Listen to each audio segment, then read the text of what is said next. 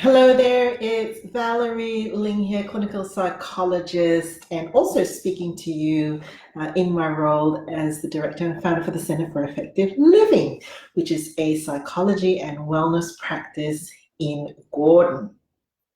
I'm coming to you live this morning because I wanted to talk to you about the concept of buffers. It's something that I spend some time with clients working through.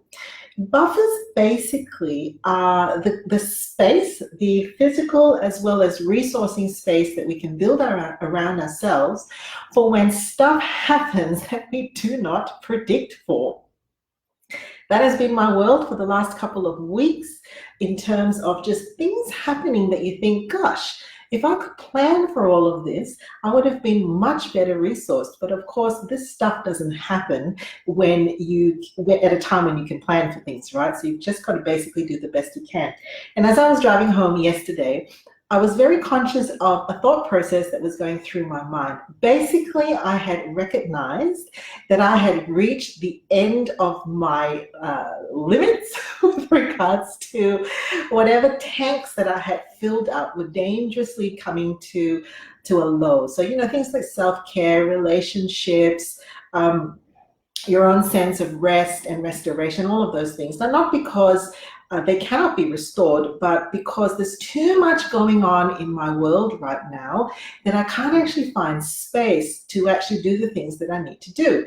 And if you've been listening to me long enough, you will often hear me say that self-care and being resilient is really an intentional discipline. So the first thing that I noticed that was going through my mind was basically being able to call out stresses.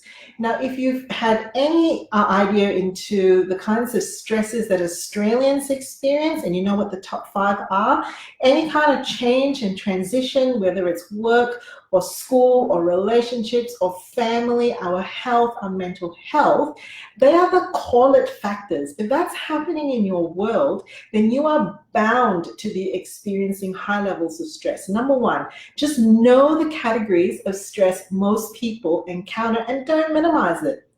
Number two, you got to know what's happening in your personal world as well. You've got to recognize at this point in time, what are my tipping points for stress, and not minimizing it. You might think that your child starting kindergarten is what millions of parents are experiencing, and so you should just suck it up. But there are little things and big things in your world that could be actually interacting with that change. So knowing any change or transition, grief and loss, if there has been, if you've moved, if there's been a death of a loved one, even pets, if there are any death or grief and loss issues, that is going to impact you as well.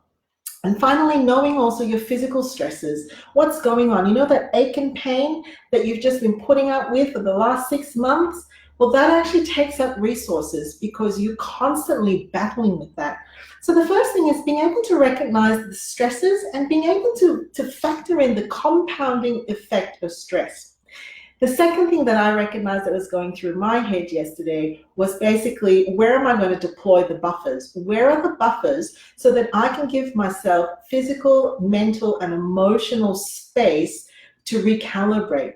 And coming home, I made the decision to cancel some appointments. I hate doing that. This is not my professional appointments, but these have to do with basically life type things, going to this place to look at that thing or trying to make some decisions while you're on the fly. So basically minimizing and simplifying the degree of movement that you're going to have to make when you're transitioning from one role to another, from work to personal, from being a parent to being an employee. So minimizing the amount of transitions you have to do and basically putting into place very quickly into your schedule and your diary some time for, number one, deep focus so you can catch up on the things that you're falling behind in. And second, some time to just be still and be mindful as a start. So the buffers that I talk about basically has got to do with cut your losses, make some space. Number two, head for some chunks of time where you can have some deep focus and some present-mindedness to just ground a sense that you're doing okay. So I'll leave you with those thoughts and hope that you have a fantastic day to day.